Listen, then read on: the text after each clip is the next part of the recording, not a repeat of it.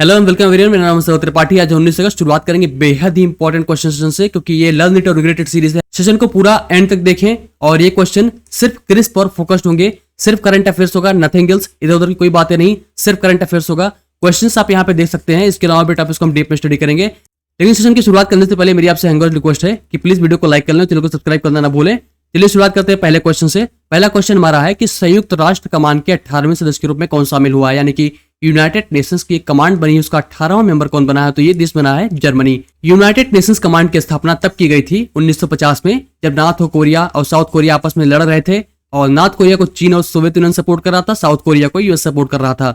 और ये युद्ध चला था, ये 50 से 53 यानी कि 3 साल तक चला था। इसका रोल ये है कि जब आर्मस्टाइज एग्रीमेंट हुआ था, यानी कि 1953 में जब दोनों देशों का युद्ध खत्म हो गया था, तो उन्हीं के नियमों को अभी भी लागू कराना है। और ये कार्य करता है यूनाइटेड नेशंस कमांड। जो सीज फायर की घोषणा की गई थी 1953 में, उसी को लागू कराना होता है।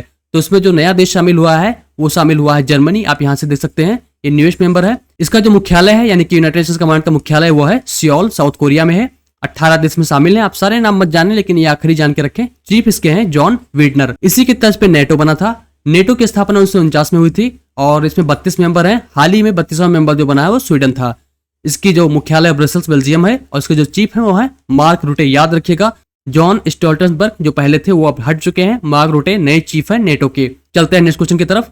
भारत ने हाल ही में किस देश को 1400 किलो कैंसर दवाएं भेजी हैं? यानी कि वो दवाएं हैं जो एंटी कैंसर है, यानी कि कैंसर के विरुद्ध लड़ती हैं। तो ये दवाएं भेजी हैं सीरिया देश को। इसको हम याद रखेंगे। नेक्स्ट क्वेश्चन की तरफ चलते हैं। थाईलैंड के नए प्रधानमंत्री कौन बने हैं? तो थाईलैंड के जो नए प्रधानमंत्री बनी हैं वो हैं पैटोनगार्टन शिनवात्रा। और जो अगर थाईलैंड की बात करें तो इसको पहले सियाम देश के नाम से जानते थे, और भारत और थाईलैंड के बीच में हाल ही में जुलाई में एक्सरसाइज हुई थी, उसका नाम था मैत्री। इसके बारे में जान रखेंगे, ये उनकी फोटो है। चलते हैं नेक्स्ट क्वेश्चन की तरफ। थोड़ा सा चीफ के बारे में जान लेते हैं जो हाल ही में अपॉइंट हुए हैं। प्रेसिडेंट अपॉइंट हुए हैं, उनका रीअपॉइंटमेंट, उसका नाम है साइरिल रामाफोसा। यूके के पीएम बने हैं केयर स्टारमर, ये लेबर पार्टी के हैं। और यूके की सबसे पहली जो फीमेल जो फाइनेंस मिनिस्टर बनी है वो राचल रीव्स है। वेनेजुएला के जो प्रेसिडेंट बने हैं वो निकोलस मादुरो बने हैं। इनको लेके प्रदर्शन चल रहे हैं क्योंकि वहां के नागरिक कह रहे हैं कि इलेक्शंस में कुछ फेयरनेस नहीं हुई है। रवांडा के प्रेसिडेंट चौथी बार बने हैं पॉल कगामे। और जो हेड ऑफ इंटरिम गवर्नमेंट जो बांग्लादेश में समय है वो है मोहम्मद यूनिस। मोहम्मद यूनिस की बात करें तो 2006 में इनको नोबेल प्राइज दिया गया था। और नोबेल प्राइज इसलिए दिया गया था क्योंकि इन्होंने ग्रामीण बैंक की स्थापना की थी और माइक्रो क्रेडिट माइक्रो फाइनेंस की स्थापना की थी। ग्रामीण बैंक से कंफ्यूज मत होइएगा कि जो भारत में ग्रामीण बैंक थे, रीजनल रूरल बैंक थे, 1975 बने थे। और इनको ये बाद में इन्होंने कॉन्सेप्ट लाया था, लेकिन इनके कॉन्सेप्ट का भारत के ग्रामीण बैंक से डिफरेंस ये था कि ये महिलाओं की तरफ फोकस था। ये उन महिलाओं को लोन देते थे जिनके पास कोई गिरवी रखने के लिए कोई जमीन नहीं होते थे, घर नहीं होते थे। उनको लोन देते थे, कम्युनिटी के आधार पर देते थे। रिकवरी भी कम्युनिटी में दबाव के आधार पर इस पर कर दी जाती थी। महिलाओं को वो लोन अधिकतर घर के परिस्थितियां सुधारने में या किसी कम्युनिटी या कोई जैसे सिलाई की मशीन का कार्य हो गया या अगरबत्ती बनाने का कार्य हो गया, तो इन सब चीजों में ज्यादा यूज होते थे कंपेयर टू द मेन। तो हाल ही में इसने first sweeping climate action law पास किया है। इसका उद्देश्य है कि वहां के जो म्युनिसिपैलिटीज हैं वो अब ढंग तरीके से क्लाइमेट चेंज की दिशा में कार्य करेंगे। तो इतनी चीजें हम जान के रखेंगे। चलते हैं नेक्स्ट क्वेश्चन की तरफ। संसद टीवी ने किसके साथ समझौते पर ज्ञापन हस्ताक्षर किया है? यानी कि कौन सा ऐसा टीवी चैनल है? तो वो है प्रसार भारती और संसद टीवी दोनों मिलकर एक दूसरे को ट्रेनिंग देंगे, अपने कंटेंट शेयर करेंगे। प्रसार भारती के जो सीईओ हैं वो हैं गौरव द्विवेदी और संसद टीवी के जो सीईओ हैं वो हैं रंजीत पुन्हानी। चलते हैं नेक्स्ट क्वेश्चन की तरफ। और प्रसार भारती में आप याद रखिएगा कि इसमें डीडी यानी दूरदर्शन और ऑल इंडिया रेडियो ये दोनों मिलके आते हैं, इसको हम ध्यान में रखेंगे। भारत में किस संस्करण की ग्लोबल साउथ समिट की मेजबानी कर रहा है? तो भारत जो है तीसरे संस्करण की मेजबानी कर रहा है। ग्लोबल साउथ के बारे में थोड़ा सा जान लेते हैं। ग्लोबल साउथ जो समिट होती है ये बेसिकली उन देशों की होती है जिनकी आय कम है, उनका ह्यूमन डेवलपमेंट इंडेक्स कम है। तो ये देश जैसे आते हैं, ब्राजील हो गया, साउथ अफ्रीका हो गया, मैक्सिको हो गया, चाइना हो गया। एक बात ध्यान रखेंगे कि ये देश कम इनकम वाले जरूर हैं, लेकिन इनका पूरी दुनिया में इन्फ्लुएंस ज्यादा है, इनका प्रभाव ज्यादा है। जैसे कि ब्राजील बड़ा देश हो गया, मैक्सिको देश हो गया, इंडिया चाइना हो गया, तो इनके प्रभाव भी ज्यादा है और इनकी इनकम भी कम है। तो इनको ग्लोबल स्टेज पे लाने के लिए उन्होंने आपस में ग्लोबल साउथ समिट का निर्माण किया। जैसा कि इनको पता है कि लो पर कैपिटा इनकम है, यानी कि प्रति व्यक्ति सालाना आय कम है, इनकी ह्यूमन डेवलपमेंट इंडेक्स कम है। यहां से एक अच्छा क्वेश्चन बनता है कि ह्यूमन डेवलपमेंट इंडेक्स में कौन से पैरामीटर शामिल किए जाते हैं? तो इसको आप ध्यान में रखेंगे कि लाइफ एक्सपेक्टेंसी बर्थ पे शामिल की जाती है, एजुकेशन को शामिल किया जाता है, और अगर आप ग्रॉस शब्द को न याद करें तो याद रखेंगे कि नेशनल इनकम पर कैपिटा को शामिल किया जाता है। तीन चीज हो गए, लाइफ एक्सपेक्टेंसी, एजुकेशन और नेशनल इनकम को शामिल किया जाता है।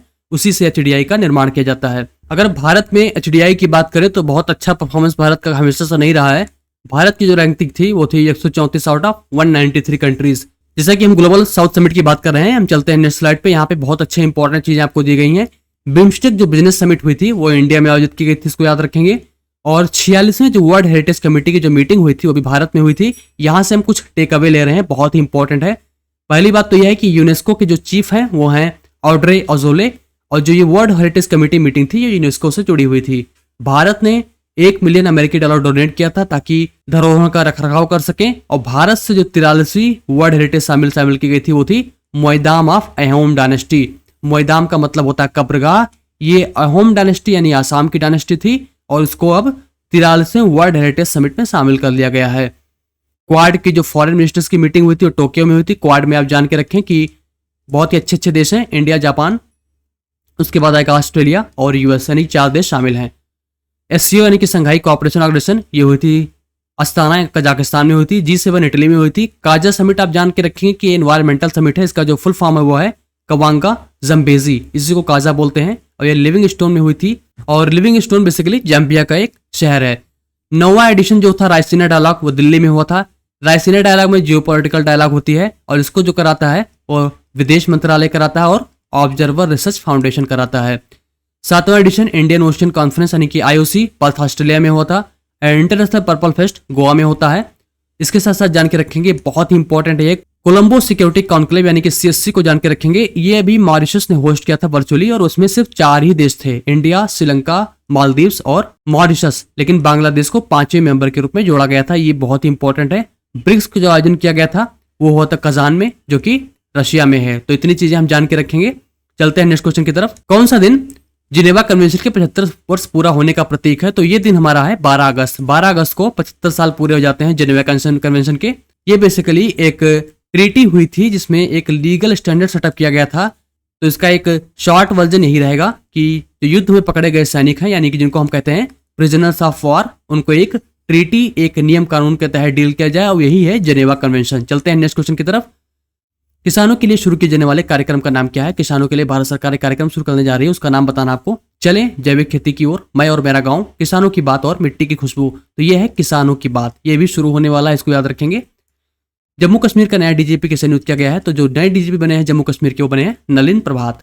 जम्मू कश्मीर के बारे में जान लेते हैं कि इसमें हेमिश नेशनल पार्क होते हैं, दचिगम नेशनल पार्क हैं, सलीम अली हैं, किश्तवाड़ और कजनाग हैं। इसके अलावा कश्मीर बहुत ही इंपॉर्टेंट है। कश्मीर में शीतल देवी जो थी आर्चर थी, उनको अर्जुना अवार्ड सम्मानित किया गया था। और इसमें जो लोकसभा सीट है टोटल 5 सीट है। अभी श्रीनगर को हाल ही में को वर्ल्ड क्राफ्ट सिटी का दर्जा दिया गया है, और ये दर्जा दिया है वर्ल्ड क्राफ्ट काउंसिल इंटरनेशनल द्वारा। और इसको जो पहले शामिल किए गए शहर थे वो थे जयपुर, मल्लापुरम और मैसूर थे। तो यानी कि श्रीनगर 4था स्थान प्राप्त हुआ है। तवी फेस्टिवल जम्मू कश्मीर मनाया जाता है।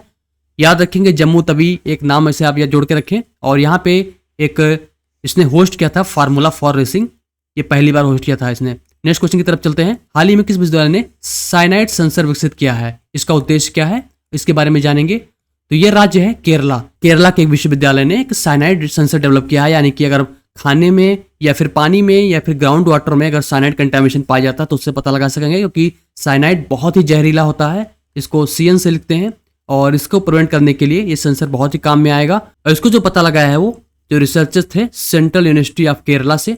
अगर हम बीमारियों यानी कि डिजीज की बात करें तो जो मरकरी यानी कि HG द्वारा जो डिजीज होता है उसका नाम है मीना माता डिजीज, इसको हम जान के रखेंगे। दूसरा होता है एक इताई, ये काज होता है कैडमियम के द्वारा। और मेथिल आइसोसाइनाइड जो गैस लीक हुई थी वो भोपाल गैस ट्रेजेडी में थी। ब्लैक लंग डिजीज यानी कि काले फेफड़े वाले जो डिजीज होते हैं वो कोल डस्ट एक्सपोजर से होते हैं।